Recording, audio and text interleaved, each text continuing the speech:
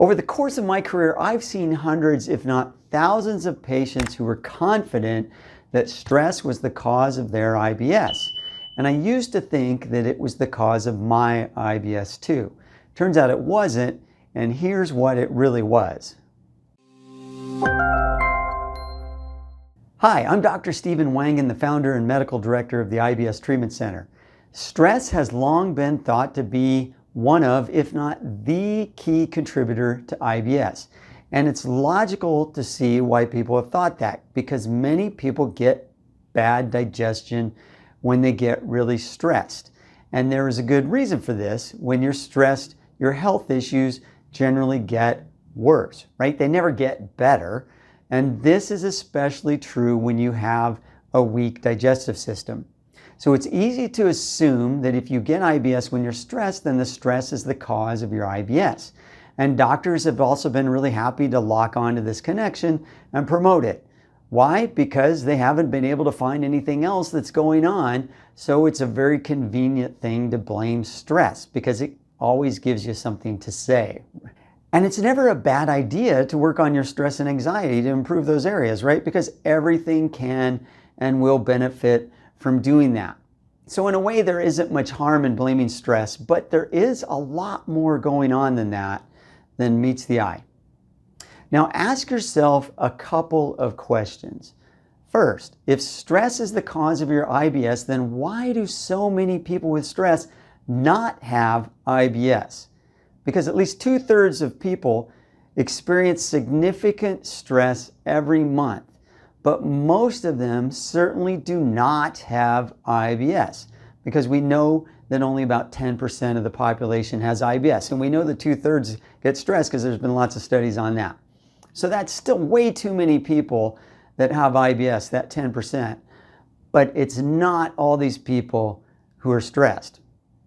And then ask yourself this question: is your digestion always perfect when you don't have stress or anxiety?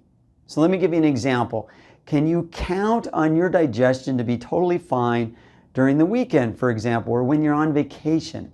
And if you can't answer yes to those questions, then it's not just stress that's causing your IBS. It's something else that is setting you up for a fall. And that something else is what is causing your digestive system to be weak and to be compromised. And that can be healed so that your digestive system functions a whole lot better and is no longer living on sort of the edge of this cliff, just waiting to be pushed over by every stressful episode or moment of anxiety. Now, what is that something else? There are literally hundreds of different things that can make your digestive system highly susceptible to stress. But once we help patients do that specialized work to figure out what treatment needs to be done, which, by the way, is very different for every patient and is far different than what you're going to have done at the gastroenterologist. Now, once you do that kind of specialized work, though, then the healing can actually take place. And once your digestive system heals, then you'll discover that you still have stress in your life. Sorry about that. But that stress no longer causes your digestive problems. And actually, maybe you won't have as much stress as you did before, because ironically, most people find that not having IBS anymore usually reduces the amount of stress in their life.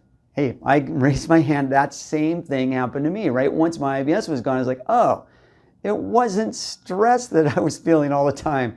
A lot of times it was the IBS that was coming first, right? So you may wonder, yeah, is it the IBS that's causing most of my stress? It might be. Now, if you found this video helpful, please give it a thumbs up and subscribe to my channel for more interesting tidbits on how to improve your health.